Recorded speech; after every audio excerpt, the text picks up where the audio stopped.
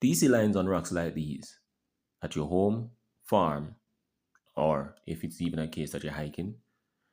If yes, then you are likely in a fault zone.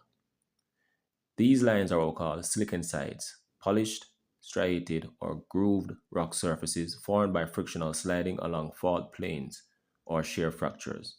They generally indicate the last movement on a fault. So, typically speaking, anywhere at all you see rocks like these, know that you're in a fault zone.